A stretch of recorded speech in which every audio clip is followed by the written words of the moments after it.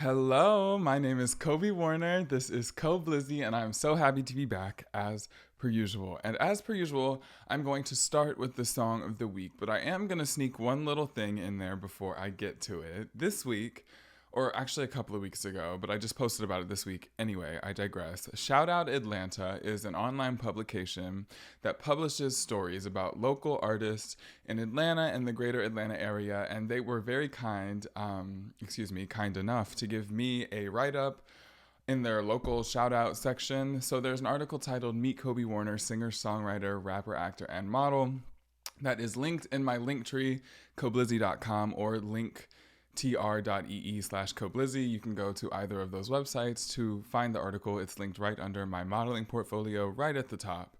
So yeah, it's a great article, and they were very kind, and there's some photos included in there that have been taken by some local photographers.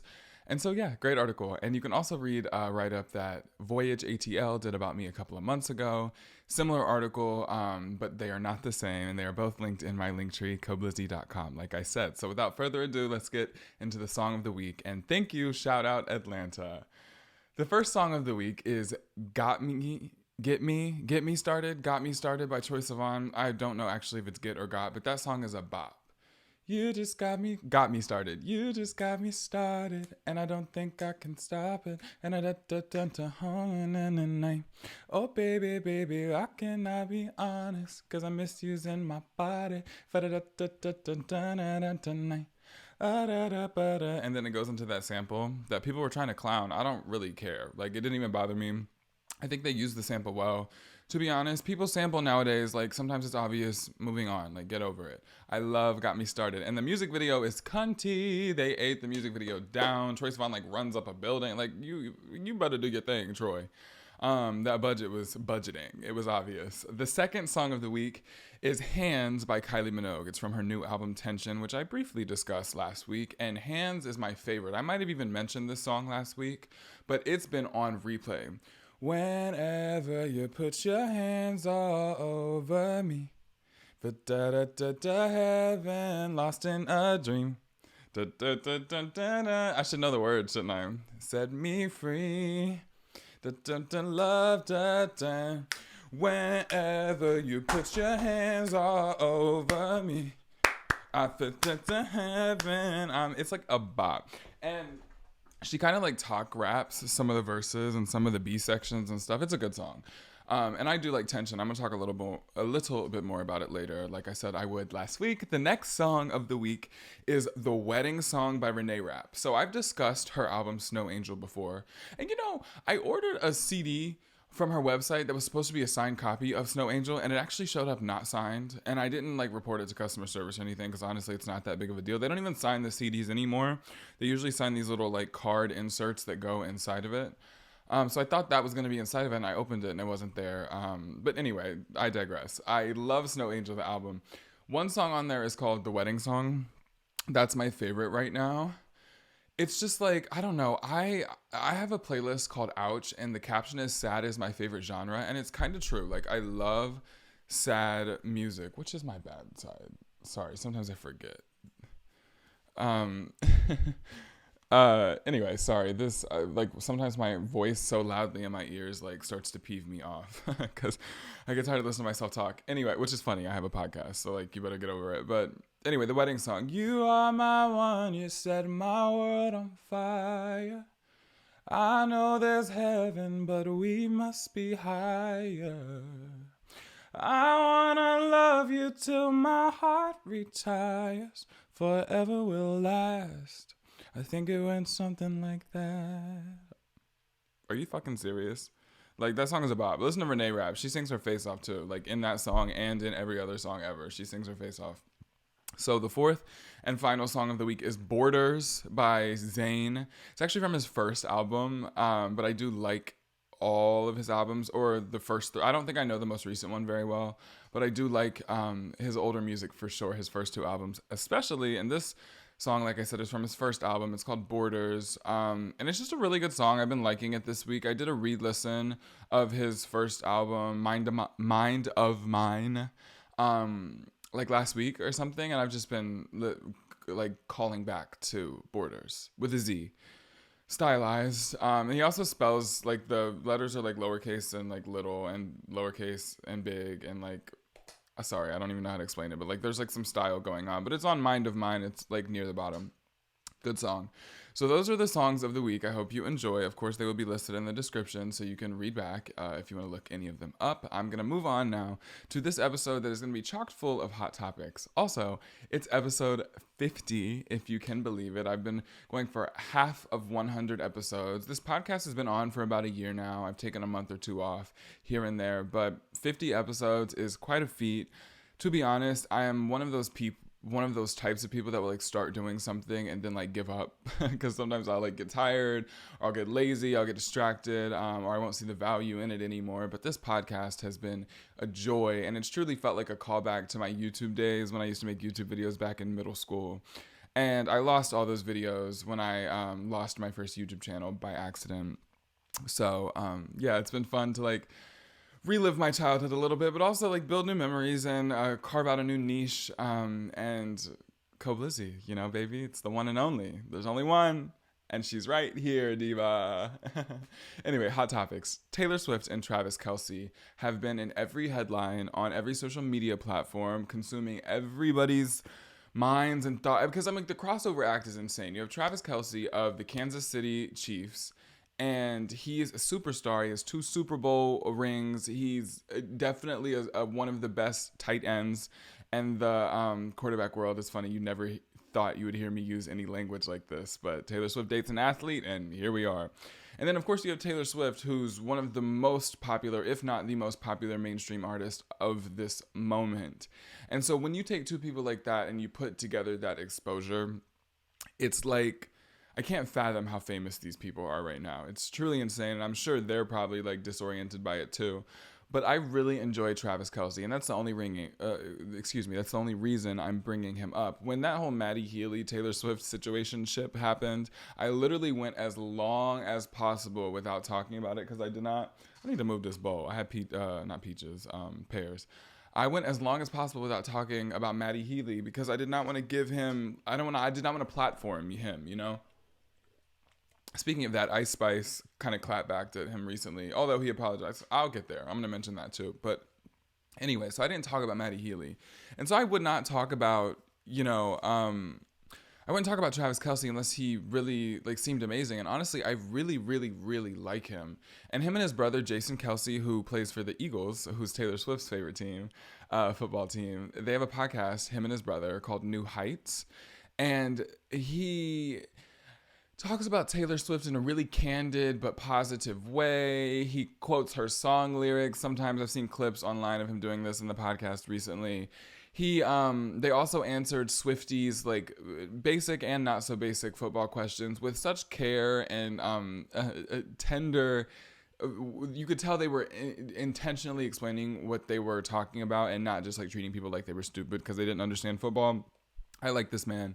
I like the persona that he has given us, and it seems to be really. I love how he dances on the field. He's fun. I like Travis Kelce. Happy Taylor Swift is dating somebody who's hot and who has money and who has their own success and career and does not need to feel inferior because he's one of the most successful at what he does specifically, just as she is at what she does, respectively. On both ends. So I really like this whole Taylor Swift Travis Kelce situation. Like I said, they've been literally clogging up every headline and social media platform and trending everywhere for the past week or so. And seemingly ranch, a Taylor Swift fan account tweeted a picture of Taylor Swift taking a picture with a fan, and next to her she had a chicken wing or a chicken tender or something with ketchup and seemingly ranch. That's what the fan account said. And seemingly ranch went viral, and now all these brands are like putting out seemingly ranch products, which again, how famous these people are is blowing my mind. The overexposure of Taylor Swift is kind of insane. And it actually makes me kind of worried because the last time she was this loved and adored, like on a mainstream level, on a smaller scale, obviously with 1989 because she's so much bigger now, but when she was loved by everybody, the pendulum ended up swinging back the other way. And I hope that Taylor Swift doesn't go through some sort of negative situation the past couple of years, and I hope she continues to be the mastermind she is and navigates everything that she's going through and all this public acclaim and attention. I hope they do it well, and I wish her the best. I cannot imagine being that famous. I would think it would hurt my head. The next hot topic is Megan Thee Stallion. She performed with Beyonce on the Renaissance World Tour stop in Houston. That's where they're both from, H-Town Hotties. Houston, Texas, baby. And I loved this performance. Megan was only out there for a few minutes. She canceled a 45-minute televised Global Citizen set to go perform a minute with Beyonce in her hometown. And I get it, and I would have done the same damn thing. Are you kidding me? It's Beyonce. And she's like, Beyonce was like, I love you, queen. And Megan was like, I love you, Beyonce. And she like jumped around in a circle. And I get it, girl. I would have did the same shit. Speaking of the Renaissance World Tour, it's ending. The last show is in, believe it or not, Kansas City, Missouri, where Taylor Swift, in the same stadium where Taylor Swift and Travis Kelce set the world on fire when she attended his game last week. Jesus Christ. Beyonce is closing out her tour there.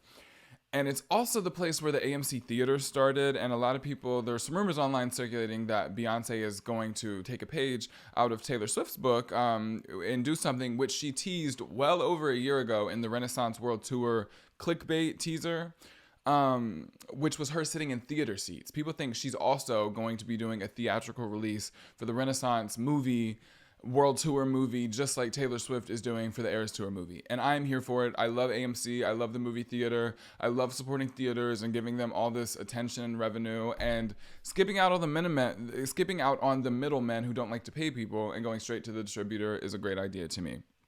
It's how I release music, I think it's a great idea.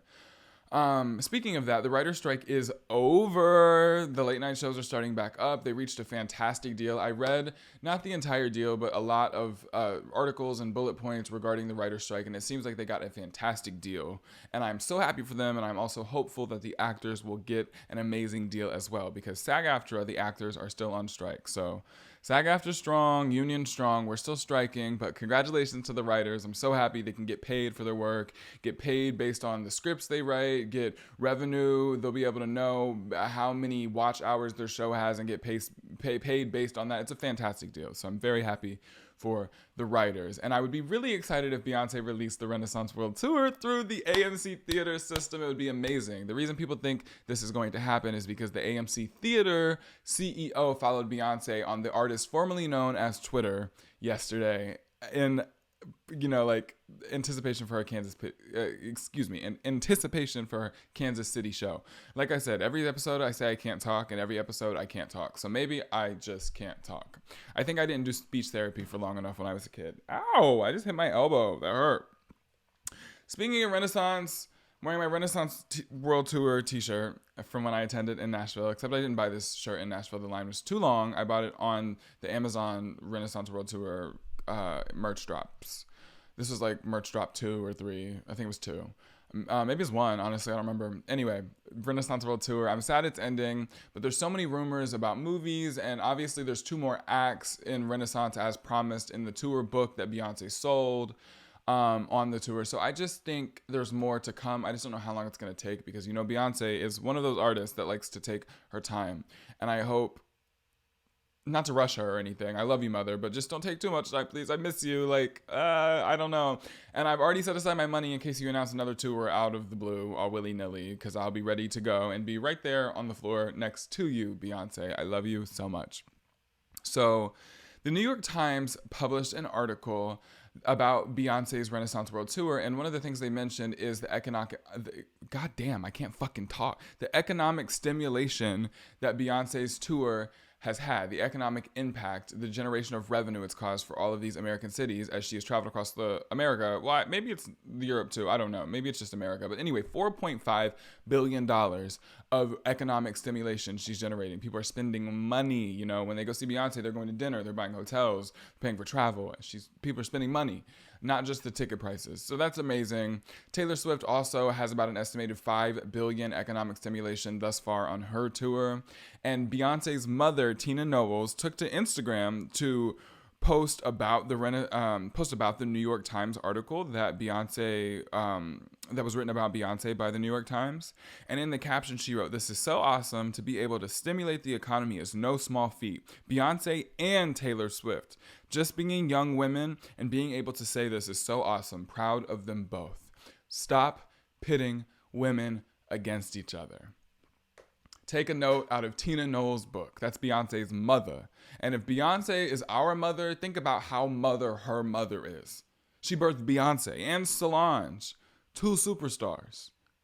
Stop pitting women against each other. I mentioned it last episode, and I'm mentioning it again. Stop it, goddammit.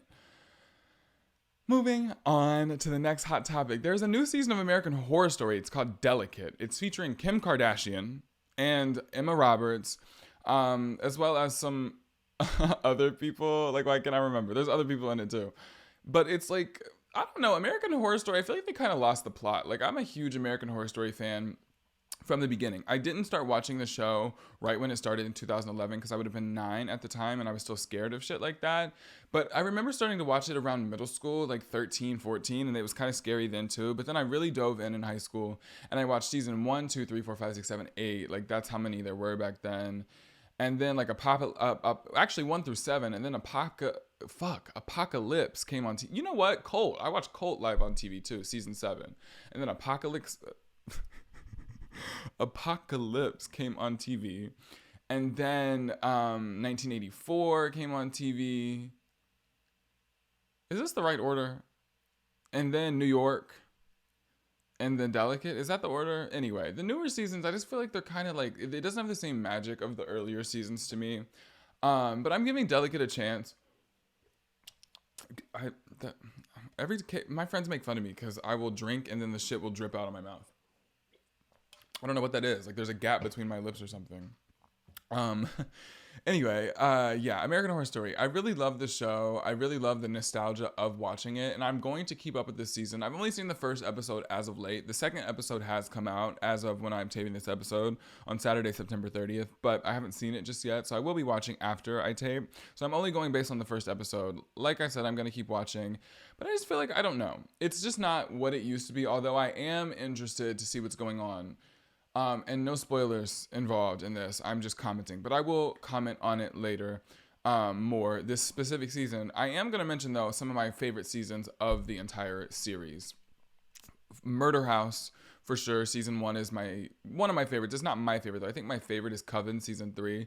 I also like Asylum, season 2. I really love Murder House, season 1, like I said. Freak Show 4 is good, but it's not one of my favorites. I really love Hotel, season 5 with Lady Gaga. It's a little slow start, but there's some meat. There's a lot of really good things going on in Hotel, I think. And I love seeing Lady Gaga, of course, in her Golden Globe winning performance as the Countess. That's who she played. So I really love season 5. I really love seasons 1 through 3. Season 6 is good. Season 7 is okay. Season 8 is okay. Season 9 is okay. Season 10 is okay. Season 11 is okay.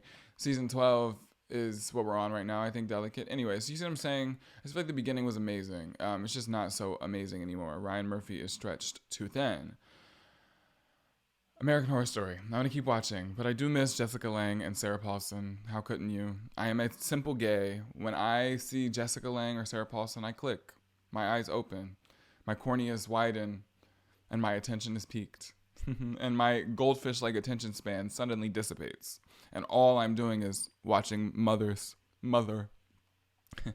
Coco Gauff won the U.S. Open a few weeks ago, and I didn't mention it for some reason. I didn't think to put it in the hot topics of the last couple of episodes, but I did watch it. I didn't watch it live, but I watched it on TikTok, like the true Gen Zer that I am. And wow, Coco Gauff is amazing. She is truly incredible. She's 19 years old. She's the youngest American since Serena Williams to win the U.S. Open. Serena won as a 19-year-old in the 90s. So this is a truly legendary moment. It's been essentially 30 years since somebody this young from America has won the U.S. Open, and Coco Gauff is truly a beast. She is a wall. You cannot stop her. And it's so funny. She does not know what debt is. So much so that she don't even know how to say it. There's this viral video of her. She was live on like Instagram, I think. And somebody said, are you going to use the $3 million that you wanted to pay off your debts? And she was like, no, I don't have any debs. I don't have any debs. And I didn't go to college. No debs.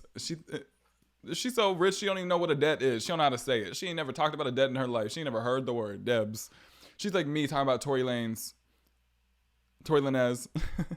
We just sound this shit out. She saw a B in debt, and she's like, that's stupid. Let's say it. Deb. Like her name's Deborah. Like the debt has a real name. It's Deborah. Deborah T. Money. Deborah T. Loan Shark. Deborah Debs. Anyway, congratulations, Coco Gauff. She was truly amazing. George Santos.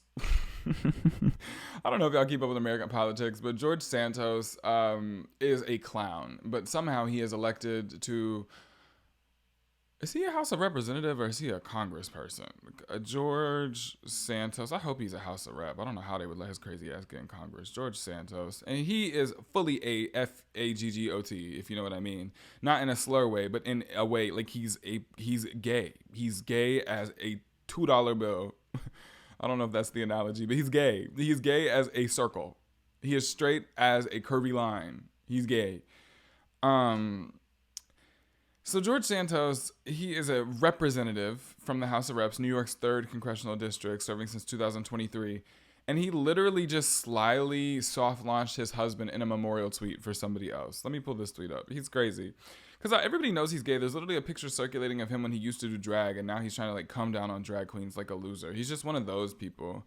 So he's like a gay... I'm sorry, gay conservatives just don't make sense to me. How do you find his Instagram? Husband... I'm not his Instagram, his Twitter. Oh. My husband Matt and I are heartbroken by the news of the passing of Senator Feinstein. I'm trying to memorialize somebody in a tweet, and he just says my husband and I for the first time. Nigga, nobody knew you had a husband, but we did know you were gay. Moving on, George Santos, go to hell. Real Housewives of Salt Lake City is continuing to be fantastic. This season is so amazing so far. Further proves they don't need Jen Shaw. She can stay in prison. Because I love what's going on. There's so much drama. They're arguing about nothing. They get so mad about it. Mary Cosby doesn't want to participate in anything, and she talks about them. She says they look inbred, and she doesn't want to go in the gay club, and she wants to go to McDonald's instead. It's hilarious. I am so here for it. And I'm living for how they've been at Trixie Motel for like 3 episodes. They're on a girls' trip to Palm Springs at the Trixie Motel by Trixie Motel, and they have been there for episodes now. Trixie's been decently featured in the episodes. They had like a drag competition this episode, like this past week. I'm really loving Real Housewives of Salt Lake City. Like I said, arguing about nothing. They are really good at that. They argue about nonsense most of the time. I mean, the biggest argument when the show first started in its first season was about Mary Cosby saying somebody smelled like hospital. And the biggest argument at the beginning of this season, the first episode, was Meredith confronting Whitney about saying that her bathtub is probably gross because what'd she say? Her bathtub? It's gross. It's creepy that you take baths with your husband because it's dirty water. Meredith is like, don't talk about my bathtub. You want me to bring out a husband? Meredith gets drunk as hell and be dragging people by their earlobe. You want to bring out a husband? Slurring her shit and talking in a British accent. She's funny. She is fun. You can leave. So really loving Real Housewives of Salt Lake City. It's fall officially. The first day of fall, I think, was September 22nd, my best friend Jack's birthday, or maybe September 23rd, so the day after. One of those two. And I love that it's fall now. The weather's getting cooler, although it's kind of hot today. It's been cool like the rest of the days recently. And in the fall, for some reason, I want to watch Glee. It's like a nostalgia thing for me because I watched Glee for the first time in 2015. It went off in like May. The final season finished airing in like May of 2015. And then in the fall of 15, I started watching it from the beginning for the very first time. And so it's very much a nostalgia thing for me. It always takes me back to like 7th or 8th grade. Watching Glee in my bedroom during the fall every night after school. And so it's really nice that I'm watching it with my mom right now. She's watching it for the first time and I'm rewatching it. Of course, I've seen it many a time, but I love Glee. I know it's problematic and kind of cursed because everybody dies.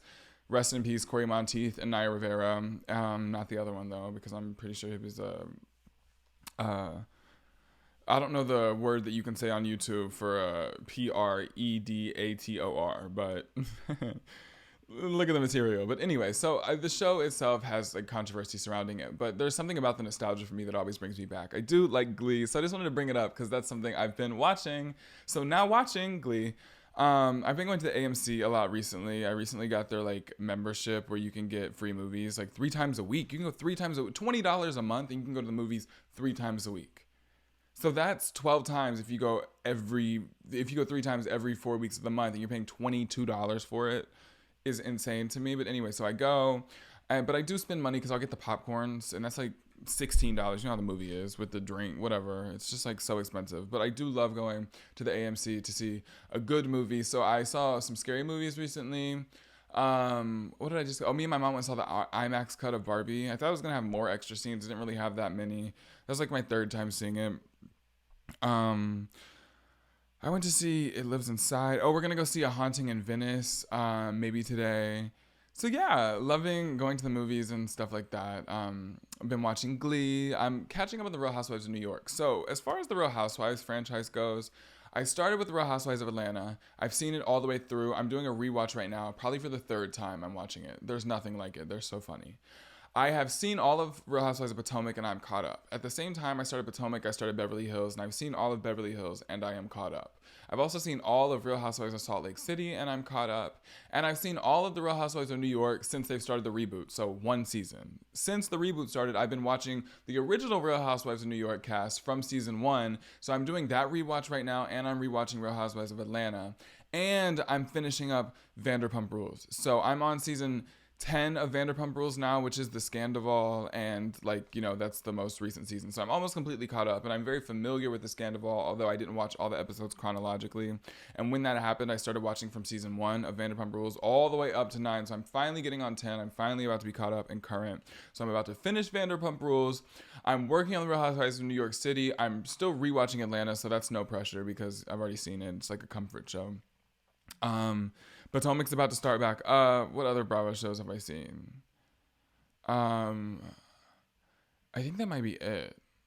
So yeah, I need to watch maybe the OC, but it has so many seasons, so I'm probably gonna get there last. I think I want to watch Married to Medicine eventually.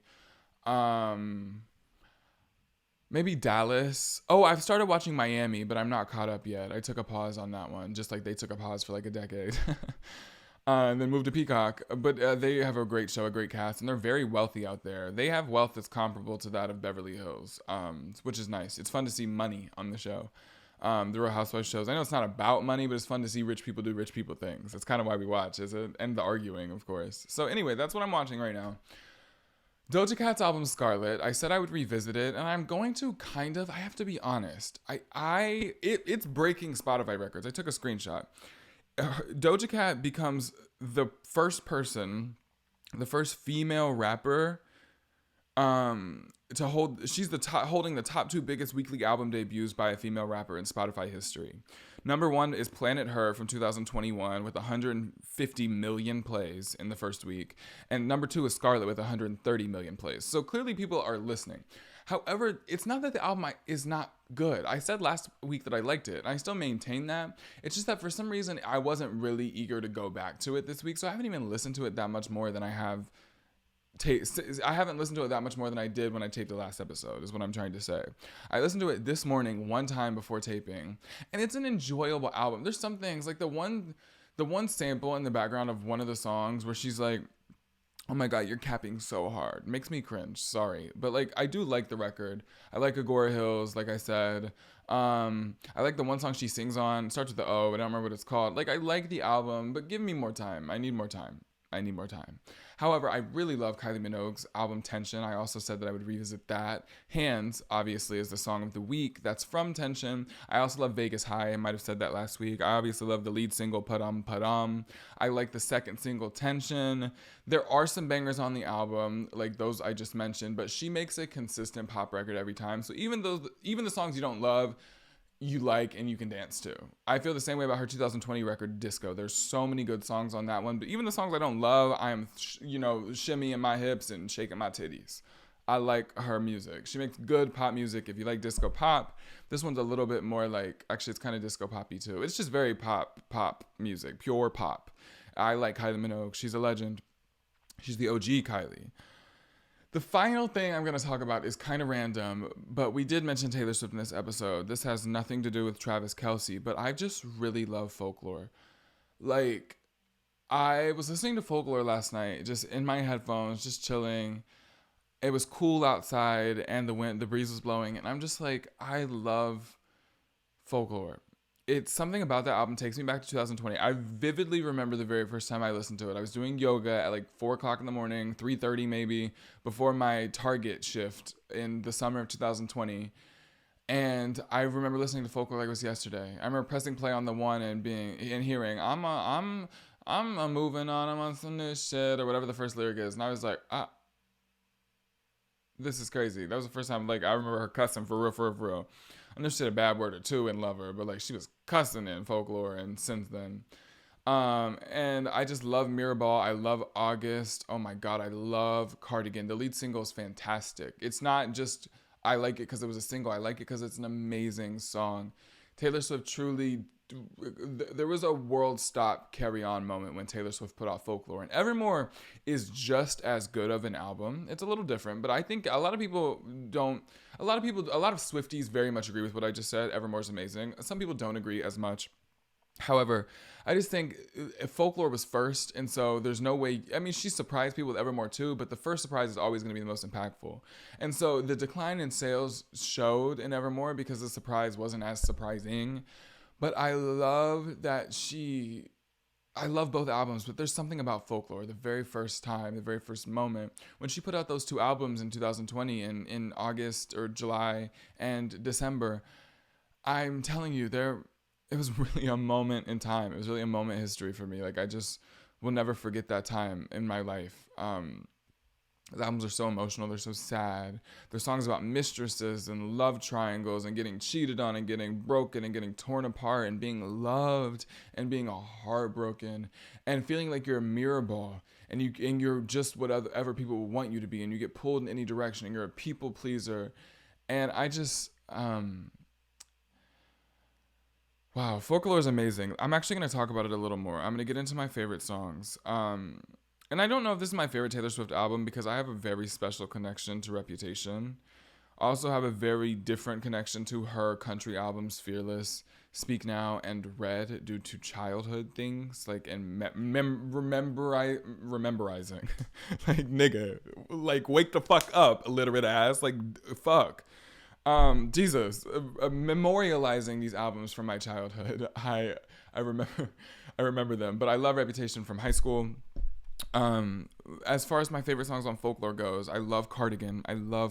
My mom's favorite is The Last Great American Dynasty, just to throw that in there. That's her favorite. My favorite is Cardigan, Mirrorball, Seven, August, This Is Me Trying, Illicit Affairs, Betty, and The fucking Lakes. I am obsessed with The Lakes. The bonus track on the deluxe version. I'm obsessed with The Lakes. I love it. As far as my favorite songs on Evermore goes, I'm gonna say that anyway, even though I'm talking about Folklore now, and that's the one I really, really love. I'm gonna talk about Evermore too, because they are sisters. My favorite on Evermore, dissimilar to Folklore, I love Cardigan, the first and only single from Evermore. I mean, from Folklore, but the first and only single from Evermore, Willow, I don't love it as much. Something about that 90s trend lyric just makes me not love that song so much. Sorry. However, I love Champagne Problems, Gold Rush, 'Tis the Damn Season. Tolerate It literally rips my heart out, cuts it in half, and serves it on a platter. Like, out of Folklore and Evermore, my favorite song, period, might be Tolerate It. However, Folklore, to me, I like the album a lot more. No Body, No Crime is a bop. Happiness is depressing. Ironically, Happiness is depressing. Dorothea, I really love that song. It's one of my favorites in 2021 in the summer. Something about that song reminds me of driving through the winding roads of North Georgia with the windows down. Hey, Dorothea, do you ever tend to think about me? I love it. Coney Island's a good song. Oh, but I'm supposed to be saying my favorites. Sorry. My favorites are Champagne Problems, Gold Rush, Tolerate It, No Body, No Crime, Dorothea, Ivy, Cowboy Like Me, Right Where You Left Me, and that's it. And that's also it for this newest episode of Koblizzy. I hope you enjoyed these hot topics. I talked about Travis Kelce and Taylor Swift. I talk about Megan Thee Stallion performing with Beyonce and the end of the Renaissance World Tour, as well as its economic impact. I discuss American Horror Story, the new season featuring Kim Kardashian, as well as my legacy history with American Horror Story and how much I really do love that show historically. And that's why I always continue to pull through when these new seasons come out and they kind of drag on. I also talked about Coco Gauff winning the U.S. Open weeks late, but congratulations nonetheless. That is a very rich teenager, 2 years younger than me, and got millions more dollars. She's also an incredible player, a fantastic opponent, and one of the most interesting tennis players I've ever seen. I really actually do like the sport tennis. I played when I was a kid, although I was horrible. I also discussed George Santos soft launching his husband in a memorial tweet. He's corny and a loser. I talked about how amazing Real Housewives of Salt Lake City has been this season and how it's continuing to look promising. I'm really into that. I talked about rewatching Glee with my mother. I also talked about, or revisited rather, Doja Cat and Kylie Minogue's albums Scarlet and Tension, respectively. I also love folklore. I love folklore, but Tolerate It is always taking the cake. I hope you enjoyed this episode of Koblizzy, excuse me. Koblizzy is not how you say it. It's Koblizzy with 2 Z's, despite what this license plate says. You can only have 7 letters legally. But there's 2 Z's. But that was 8 letters. It was too big. Koblizzy. In case it's not clear, I hope you enjoyed this episode so much. I so enjoyed filming it. I've so enjoyed being with you today, and I hope you enjoyed listening or watching on whatever respective platform. Please like this video. Please leave some stars if that's an option. Leave a comment if you can. Answer the poll if you're listening on Spotify. Tell me what's your favorite song this week. My favorite songs this week were Got Me Started by Troye Sivan, Hands by Kylie Minogue, The Wedding Song by Renee Rapp, and Borders by Zayn. This was Koblizzy. That is all. I will see you next time. Bye-bye.